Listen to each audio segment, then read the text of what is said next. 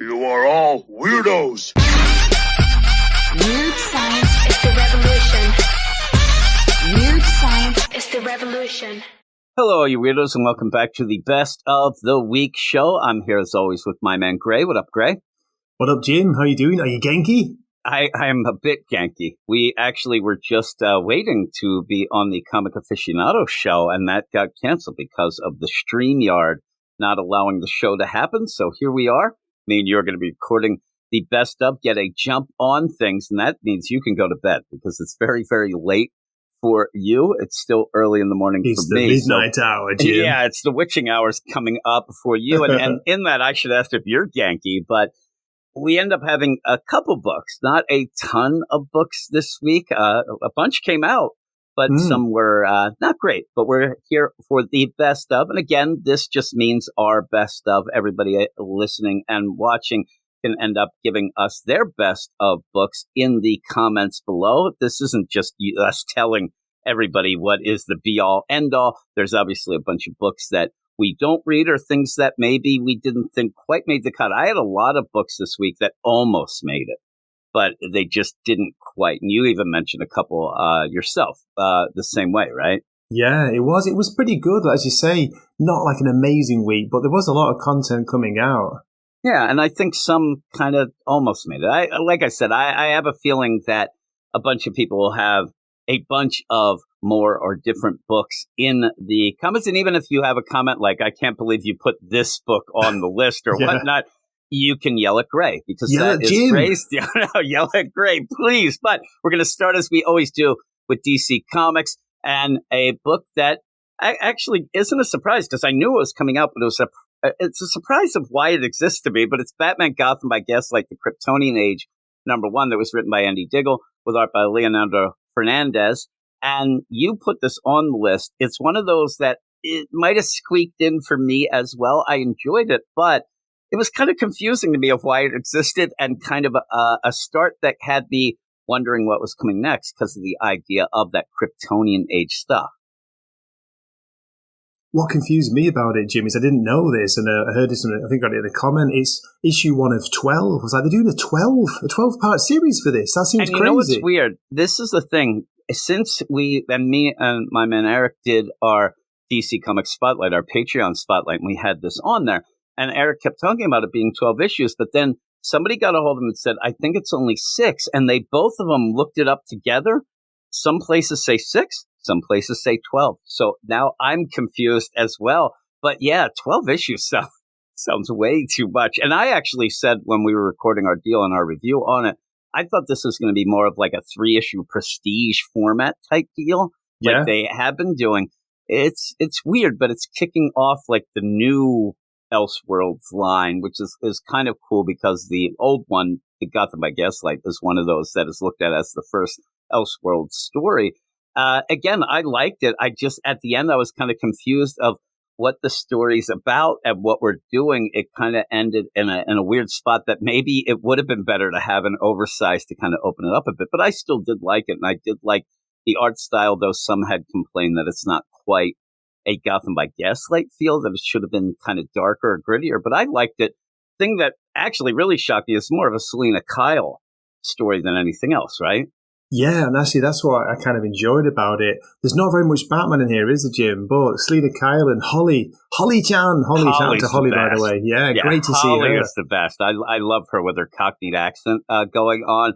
And yeah, the whole thing of the Kryptonian Age and all these artifacts and what ends up where some people were thinking was a kryptonite ring, but it actually ends up being a Green Lantern ring from a book that came out like early 2000s, that it's like this ancient Chinese type Green Lantern ring. That's kind of a cool play. That reference. Yeah, it's kind of a cool play. When they mentioned the name of it, it was a book back in the day. I went back to look and read it. It's a little tough, but it was okay. But I'm going to agree with you that this is probably the best DC comic, I think, this week. And something that I'm looking forward to. It's something new and different, even though it is, a sequel to a sequel to a sequel of the Gotham by Gaslight. But I always like that as well. But we'll go on to the next book, which is Green Lantern #12, written by Jeremy Adams, art by Zermanico, and a backup with Kevin Maguire. This squeaked in on my deal. I'll be quite honest. This was one of those where, and I've talked to some people and they were arguing with me that they really loved this issue.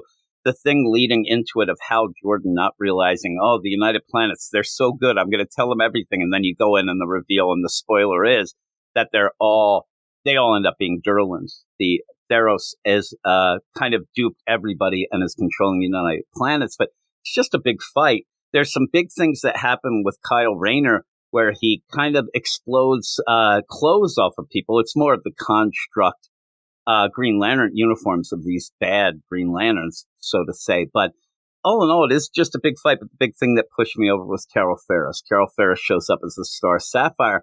Have you been reading? You've been reading Green Lantern, right? I've been dipping in and out of it, Jim. I haven't read this issue yet, but I've got to say the cover is awesome. I love this cover. Yeah, and I love Zermanico, and even the backup with the Guy Gardner story with Kevin McGuire getting that JLA feel is pretty cool. But the big thing with Carol is she was going to get married. She even says, I was a couple words from getting married, and then all of a sudden the Star Sapphire ring comes on her, and she flies off to save Hal, and she does save Hal. But then she's like, I love you. This poor sap that's still there in Vegas waiting to get married. I'm like, oh, that guy. And the guy was very nice. And this wasn't a Paul situation like over in the Amazing Spider-Man. Carol and Hal have been back and forth and whatnot, and you can kind of get the idea. Carol, she's sick of waiting for Hal, whatever. Now she says she's fine with it. I'm wondering if this is just the Star Sapphire ring or if they're going fully with the idea. But I just feel for the guy. But speaking of guys, Guy in the backup with this kind of not Lobo, Zarnian, it's kind of fun. It's kind of goofy. I thought it was going to be bigger in the House of Brainiac stuff, but it's kind of cool. And the Kevin McGuire art is always pretty cool when you go back to any sort of was it Guy's Bogus Adventure? Guy's Bogus Lobo Adventure. That's pretty cool. Funny. And at one point, it even looks like Guy, he's just working a job in the Bottled City, the Zarnian Bottled City, and he's just doing his deal. They have to break out and stuff. But I thought it was going to have something more to do with the House of Brainiac. But I think that by the end of this issue with Hal now back on Earth, which I also don't understand why Star Sapphire Carol Ferris would go back to Earth with that whole blockade and everything around the planet is kind of an odd choice in my mind, but it does seem to lead into what will be an absolute power tie-in next issue. So we'll see. I'm curious to know how well this is selling, by the way, Jim, because it does get quite a lot of praise, doesn't it? And it's up to issue 12. So to be fair, it's got a decent first year's run. What do you think? Do you think this is doing well? I when I see the rankings of what you can kind of glean from them, they're not solid numbers anymore. No. It seems like it's kind of mid of the pack. I guess it's weird too. It's one of those things where like one book may not be selling, but it's selling better than they thought it would. And I have a feeling that they probably, everybody's going to want to sell more. I think that it's, maybe they want to push it a little bit. And I worry about Jeremy Adams because we all love him. Yeah. He's a great writer. He's awesome. Fun. He doesn't get involved in nonsense. He's very nice. And anybody, I say this all the time. If you have a question or just want to talk to him or give him some praise or whatever it would be, you can just go on Twitter and he will talk to you. And in fact, a lot of times he will follow you. And if you want to, message him things, when I have issues like I didn't understand that or whatever, I'll send him a DM and he will get back to me within 5 minutes. He's a really good guy. Yeah, and cool. Even at times, every issue isn't the greatest, right? There was a point where I forget what issue it was, but I didn't really like it. And he ended up, a lot of times that'll happen where somebody will DM me, a writer or whatever, and they'll kind of start arguing right away. Well, you didn't like this, but this was how it is. He actually just sent a thing. It's like, that was pretty funny what you said. I see where you're coming from. Like, never really felt like he was trying to prove a point or anything. Because I know I'm a jerk. I'd be there trying to prove a point the whole time. I'd be arguing with everybody. If I ended up writing something and they didn't like it. Yeah. So, but no, he's a really nice guy. But I'm going to put that in there. Like I said, it is just a long fight. You do have Carol Ferris, which I think people will like. And it does lead to what I think will be the Kyle Rayner becoming the White Lantern again, at least for a little bit to end this nonsense with the United Planets. And hopefully with this, get back the Skittle Lanterns, the whole emotional spectrum. But we're going to move to Marvel. You didn't even have a Marvel pick. Marvel had a lot of books. A couple were close, but they didn't make it. Yeah. I'll tell you right now, if we had worst of, I'd have a lot of these clunkers, and a lot of them are these Blood Hunt tie-ins. If you want to read that Jubilee one-shot blood hunt story. That might be one of the worst things I've read in quite some time. It was so bad. Maybe we will have. Wes does that with Doc, the worst stuff. I'd rather stay on the positive tip, but sometimes some books might deserve it. But Marvel, I have one pick. You didn't have any. I'm picking Avengers number 15. It is a blood hunt tie-in written by Jed MacKay, art by C.F. Dilla. And I still think it's one of the better, if not best, of the blood hunt books. I'm not even talking tie-in because Blood Hunt 3 came out this week, and that is not on my list. I did not enjoy that book, but it's Jed MacKay just having fun with a team that has Cap, and it's Steve Rogers' Cap, Hercules, Quicksilver, Kate Bishop, Hawkeye. I told you I was going to forget the team in Hazmat, and they're just going around fighting Baron Blood and vampire Nazis on a helicarrier, and it's really fun. I wish the art was a little better. Baron Blood ends up looking like a low-rent Wolverine. Very odd. I said that to you, and you open up the thing, and you're like, oh, yeah, he does look like that. It's weird, isn't it? Like an old-fashioned one. Yeah, and some of the art, I love the way C.F. Villa actually draws Hercules. I think Hercules looks great, but some of the backgrounds are a little, Cap looks good, too. Cap looks good, yeah. And in the issue, if you read both issues, if you read Blood Hunt number 3, you end up having a Sam Wilson Independence Day speech, and it felt overdone. It felt like, why during a vampire apocalypse are you going on all the televisions giving a rah-rah speech instead of going and fighting? One of my complaints of that. But in this, Kate Bishop's there, and there's a bunch of people who are captured by Baron Blood and the vampires, and she's got to kind of rally the troops, and it felt more like almost like an Animal House type thing. It's kind of goofy. She's like, hey, we got Hercules. I mean, this guy's like a god. He's in the background posing off. It's pretty fun. And I know that people will probably disagree. I like Hazmat as a character, and I'm glad that she's in this book with all these characters because I think she's kind of fun. Recently, she was in the Kelly Thompson Captain Marvel book for a bit, and people didn't seem to like that. So I do like her. And the team's kind of cool, though. The one thing about it is they do have Quicksilver. Quicksilver has a stake. He should be able to just go and kill every vampire within a second because he's so fast. But we'll see. We'll see how it works out. But I suggest that I'll even tell you, if you're not reading any of the tie-ins or whatnot, you could still have fun with this Avengers because it's a Steve Rogers Cap story going against Baron Blood and vampire Nazis. I mean, that's pretty fun setup. But I've talked enough because we're going to go to Indie, and we're starting off with a book that I didn't read. I wanted to read, and it's by Mad Cave. I end up getting Mad Cave's review because they didn't send anything for me. I wanted to read this, but you take over because it's your book fully, right? Okay, yeah, well, I think we both enjoyed issue 1, didn't we, Jim? But this is actually Dick Tracy, issue 2. It's written by Alex Segura, Michael Moretti. It's got art by Geraldo Borges. And it's $4.99 though, don't forget that. But I'll tell you what, I didn't know much about Dick Tracy before I started reading this series. Just seen the Warren Beatty movie, that's about it. But this is, you don't need to know that much about the characters. This is a really good pulpy noir, that kind of style, old-fashioned detective thriller. It's just really, really good. And it's dark. It doesn't hold back on the violence. Yeah, I'm going to read it. I actually did like the first issue. And this was one of the ones that I was going to have on our indie podcast that we do on our Patreon, and I just didn't get a copy of the deal. I even sent them. They were sending other things and press things and whatnot, but never sent the review copies for the deal. And the problem is basically we do the review show before the books come out. That's pretty. I don't want people to sit there and listen to cheap ass over here who won't buy an issue. It's because we record our review show Tuesday night. Book comes out Wednesday, obviously. So I didn't get to read it. And I was kind of upset because I did want to go and read it and review it, actually, because I liked the first issue. But unfortunately, that didn't happen. But I'm glad that you say it's pretty good. And you've got crazy cartoony villains, Jim, called Flat Top or Prune Face. You can't go wrong, can you? Man, I'm telling you. And that's the thing. I never, as a kid, I love pulpy stuff. Not as much noir stuff. I'm more of the science fiction pulp stuff. Oh, and back in the day, Flash Gordon and things like that. And I never, even as a kid, had the problem of, that seems old or whatever. I always thought it seemed neat. But as a kid, I didn't really love Dick Tracy, but I'm kind of liking him more and more. And like you said, one of the big things was the movie with Warren Beatty and Madonna. But even so, I was aware of it enough to know like Prune Face and Flaptop. So yeah, I'm looking forward to it. I want to read that. So I hope that's something that people enjoy as well. But we're going to move on to the next book, and a book that I thought you were going to put on your list, but you didn't. But I did, and I thought it was pretty fun. It's Teenage Mutant Ninja Turtles Usagi Yojimbo Saturday Morning Adventures #1, written by Eric Burnham, who does a lot of the TMNT stuff for the Saturday Morning Adventures, and art by Jack Lawrence. It is $6. It's an oversized one-shot, it seems.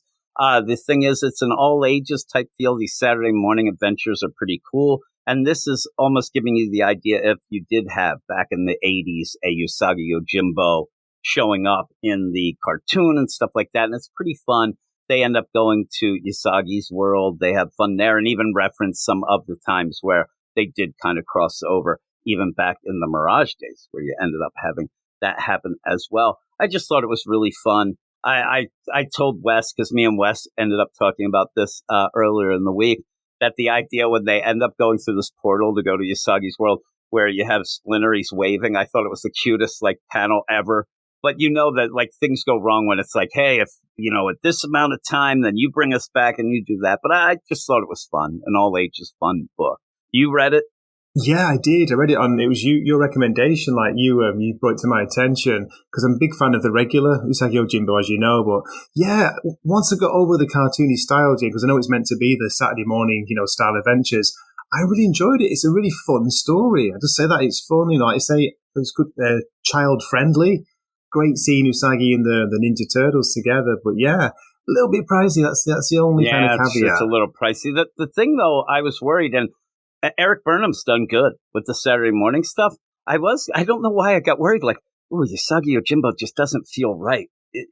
Somebody else doing it. Somebody else writing it. Yeah, and it felt I hope this is good and whatnot, but it was fine. And the thing is, it's funny to think, and you're right though, because the first time I even went in the TMNT, it is the cartoon style, but seeing Usagi Yojimbo even drawn in this way, it is weird. But then it's kind of cool by the end because you're okay, I could see if this was the cartoon back in the day. So I really like it. Again, it is $6, but it's oversized. But it's on my list, but we're going to continue. We have 2 more. These, I think, are the big books of the week. And it's weird because since we've even started this, and just about a lot of people aren't reading or caring about the big 2. They're caring about, say, the Energon universe, but also now the Ghost Machine stuff. And we're going to start with the Ghost Machine book, Geiger #3, written by Jeff Johns, art by Gary Frank. It's $3.99. I just want to point that out because it's not overly priced. I think that it's really good. The art's great. And just the story with Nate, the Atomic Knight, and Geiger, Tariq, the Glowing Man, I thought was really good. Now, some people were saying that they thought this was a little kind of low key deal. They are kind of going to libraries trying to find a book because it connects Geiger to his family back in the day. But I thought it was really good. I actually had a lot of feels for even Nate, but Barney, especially the 2-headed dog, really steals the show Barney. Until at the end he gets stolen. And then I went at one point in the book, and I think that everybody reading it had to have felt the same way. It looked like Barney was going to get ripped in half. I mean, you end up Barney almost getting ripped in half by a 2-headed just monstrosity. And I got really upset. I mean, and that's when I realized it's one of those things that if you said to me, hey, do you like, Barney? I'd say, oh yeah, I love Barney. But that really pushed it. Jeff Johns does things like that actually make you realize how much you like Barney or how much you like the characters. Because even Nate is kind of a gem, kind of a lout, and he's kind of a dummy. But you see that he actually does have, true intentions, whether or not by the end, I worry that it's still a double cross with all this with him going, but I think that this... he's turning into one of my favourite characters in the series. Isn't that crazy? He's kind of annoying at first, but he's actually a really good character now. Yeah, and when you have this, they go to a library. I think that the library scene, while some people said it was slow, I really like the idea. First off, Nate says, oh, look, nobody likes books. It's post-apocalyptic nonsense here. Everything's been looted, but the books are fine. Nobody cares. And that actually, to me, is a pretty cool deal. First off, you can even say it's print is dead type of deal. But not just that, the idea, when you have a post-apocalyptic world, you go back to almost like Stone Ages at points where you don't have a lot of free time. The way books and everything like that, you need free time. If you're there trying desperately to survive and to get food and to find this, you're not going to be sitting around for 3 hours every night reading a book. Look at you, Jim, being positive. I can't believe it. The cynic in me would be saying, oh, come on, surely someone would be using those books for fuel, wouldn't they? That's the only thing and I even said that where I killed your dream. Oh, no, I said at one point that the only thing I could see is kindling for fire. But I like that. I like that idea. I like just the idea of like, it's more of a world building type deal. And in that Nate's yelling like, nobody likes, like this guy is so, he's weird because he looks crazed. You know, he has scars. He has that thing because everybody does, it seems. But he is like, he's just a little kid. Like he hears that they're in an open, big, giant library and he yells and hears an echo. And any kid that you start yelling stuff. Because you want to hear the echo, and he's like, nobody likes books. And Geiger's like, you better stop it. There's people around. These organ, gathers this whole play, and we do see it. And I know your age and whatnot, but I hope that you thought as well as I did that it all of a sudden became The Hills Have Eyes. When you end up having eyes, oh my God! So great. When they came out and you have these organ, it was awful. And they're fighting and trying to get Barney at one point. Jim, I love the beginning, but it's a little bit of a recap if people have read the Junkyard Joe. But it was great seeing Junkyard Joe in this. I really like that character. I'm glad that you brought that up. And the funny thing is, a lot of people missed that. There is a Red Coat deal too. There's a little Easter egg. Yeah, so it's pretty cool and it's combining the world. Starting to come together, isn't it? And I said at the beginning of the Ghost Machine having Rook Exodus, Red Coat, and Geiger, it seems Rook Exodus is not included in that overall timeline of Earth. Maybe it could tie in if you go back, but the idea of having Red Coat eventually leading in and stuff like that is great. But Junkyard Joe, it was just recap, but it sets him in the Geiger world. So he's there and he's looking and you end up, it's like, it has been and still is kind of like an old Western type thing, the way they play it out with this apocalyptic world. But now you have a guy trying to get Geiger / Glowing Man. Him and Nate are trying to find this person who cured themselves a Glowing Man. And then in the meantime, Junkyard Joe is trying to find, like everybody's kind of converging in, and I thought it was cool. And the art's great. I think it's well worth the money. People have been debating already which is their favorite of the Ghost Machine deals. Geiger isn't my favorite, but it's weird. Like if you ended up sometimes you'll have, say, your top 3, they're very close. They keep switching around for me. I'm still not sure. Yeah. What it reminds me of is actually my top 3 movies of all time. And I want people to laugh at my third. But the first 2 end up flip-flopping a lot, and it's the first Star Wars New Hope and Raiders of the Lost Ark. Those flip back and forth. 2 killers. Number 3, and so what people laugh at me, is Wizard of Oz. I love it. I can't help it. My wife and kids hate it. But I will watch that a bunch. That never really quite gets to the first 2 spots. I know. It's always been one of my favorite. That's always a solid 3, but the first 2 flip-flop, and it seems like that's what happens with the Ghost Machine books with me, that the one I read, especially Rook Exodus and Red Coat, those are kind of going and battling for number 1 and 2. Yeah, especially if it's decent, if it's a good issue. The latest one that you read probably becomes your favorite, isn't it? Yeah, that's what I've been doing. That's awesome, right? That's the coolest thing. But it's good to have the competition. Yeah, and if I went with my top 10 books, top 5 books, I think that these 3, Geiger, Red Coat, and Rook Exodus, would be in my top 5 too. I'm really, really enjoying them. Awesome. They're really well written. They're well put together.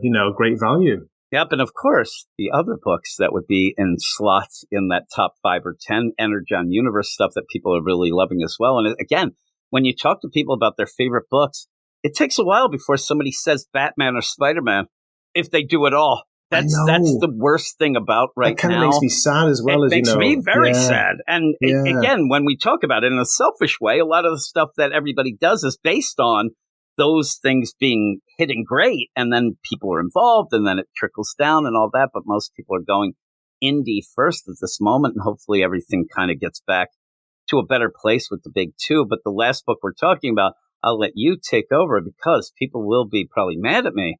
Didn't have it on my list, and I have a very personal, again, selfish reason. But what is the book? Okay, it is Transformers issue 9. written by Daniel Warren Johnson, with art by Jorge Corona. And Jim, it didn't make your pick of the week, but it did not. I loved it. You commented on my review, and I understand why, but I just thought there's so much going on. Yeah, maybe it's a little bit chaotic. It's almost too much going on, but I think for the amount of story, the amount of, value you get in that story in a single issue, it's amazing. And it feels like Jorge Corona is having a blast drawing these, drawing the Transformers, Decepticons. He's got robots with emotions. It's unbelievable. Yeah. And the big scare where people were afraid when Daniel Warren Johnson stopped drawing it, that who are they going to get? Jorge Corona came. I'm not a huge Jorge Corona fan from what I've seen before. But boy, I realize, especially this issue, when you end up having Shockwave give Optimus Prime the Tombstone pile driver, and you actually see it there, like Daniel Warren Johnson had been tying into a lot of the stuff at the beginning with the wrestling. I'm like, yeah, I guess Jorge Corona really does do the job well. It looked great. He gets what Daniel Warren Johnson's after. Even with Daniel Warren Johnson writing it, but it actually looked great. I thought that maybe at one point you'd have a hiccup and ooh, that didn't look as good, whatever. It looks great. I'll tell you, here is my deal in this.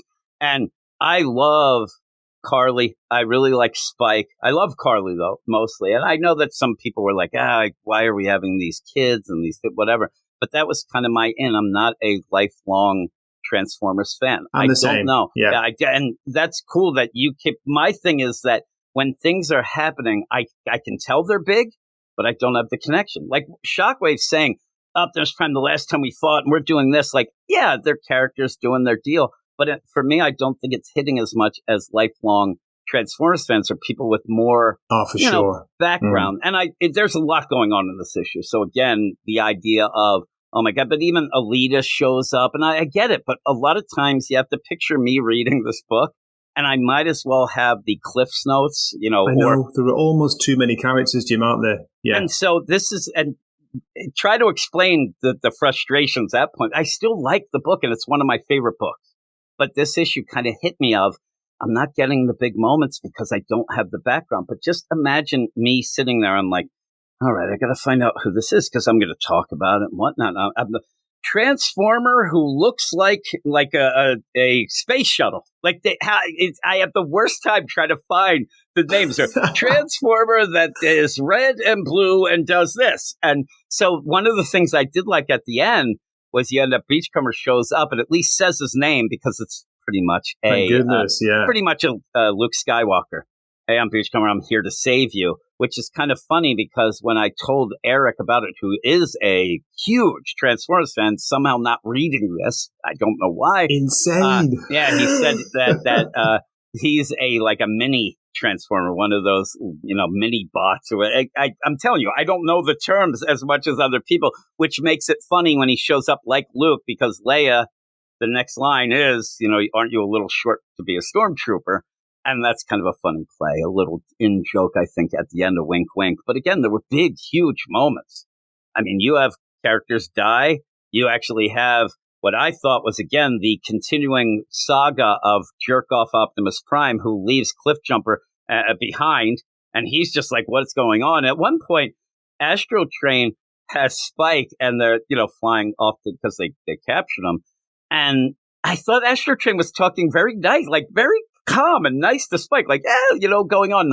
Oh, what are they going to do to me? Oh, they're going to torture you horribly. I'm like, oh my God. But he gets saved by the end. So by the end, I still like the book. It's just this issue kind of hit me up. The big moments not hitting as much for me because I don't have the background. It's nothing to do probably with the writing or anything else because people are loving it. But without that background, they're just not hitting with me. And you didn't get a lot of Carly, who I do like.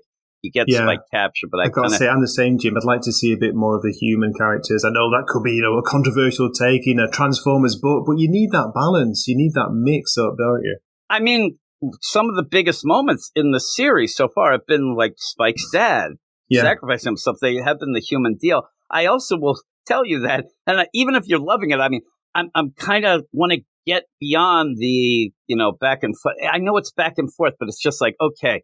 The Decepticons, they're too powerful now. And then the Autobots show up. We fight. We get... It just keeps going on back and forth. I know that that's the thing, but I kind of want a little bit of a change up as well there. And maybe, like you said, once we get a full-out G.I. Joe book, and then we start getting, because I think that the groundwork that is, I'm going into this and learning more about some of the characters and whatnot that will pay off later, that people have already come in and started with that background, so it ends up working out better. But I'm sure that people will be like, what a jerk. Like, the idea of it is one of the better books. That comes out each time, yeah.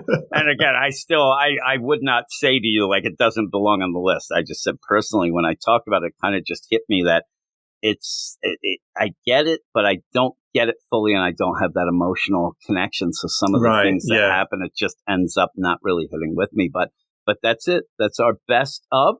I hope that everybody enjoyed it. Gray's going to go off and go to bed. Very late for you. I mean, it is actually past the witching hour right now, right? It's like 12:30 for you at night. It is, yeah. Oh my goodness, it's the latest I've been up for years, I think. That's crazy. I'm joking. I like that. Really, because we know you hit the tiles a lot. Is what we hear. Karaoke snack bars.